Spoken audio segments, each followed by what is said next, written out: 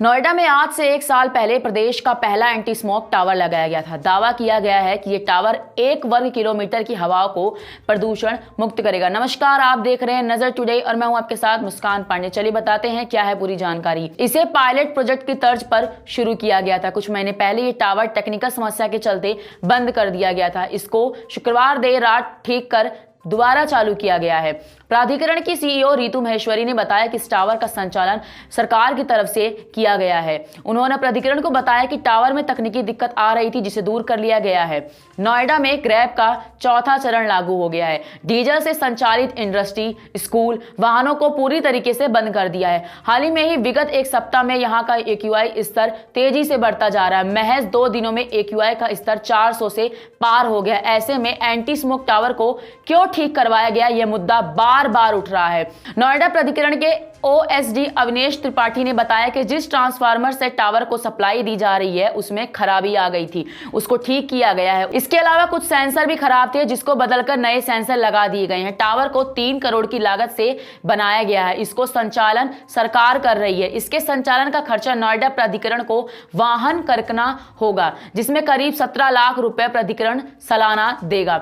400 वर्ग किलोमीटर पे ये टावर बनाया गया है। टावर सेक्टर 16A की ग्रीन बेल्ट में 400 वर्ग किलोमीटर जमीन पर D&D के पास स्थापित किया गया। यह टावर 1 वर्ग किलोमीटर की परिधि में प्रदूषित वायु को शुद्ध करेगा।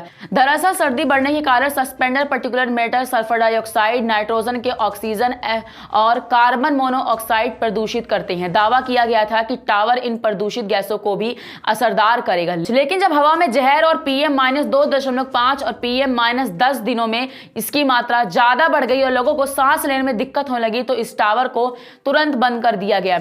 चलिए आपको बताते हैं टावर कहां बनाया गया है। इस टावर के लिए प्राधिकरण की ओर से लगभग 400 वर्ग किलोमीटर जमीन अस्थायी रूप से उपलब्ध कराई गई है। यह टावर मेमर्स भेल के हरिद्वार प्लांट में तैयार किया गया है। भेल द्वारा स्वयं के खर्चों पर इसे स्थापित किया गया है।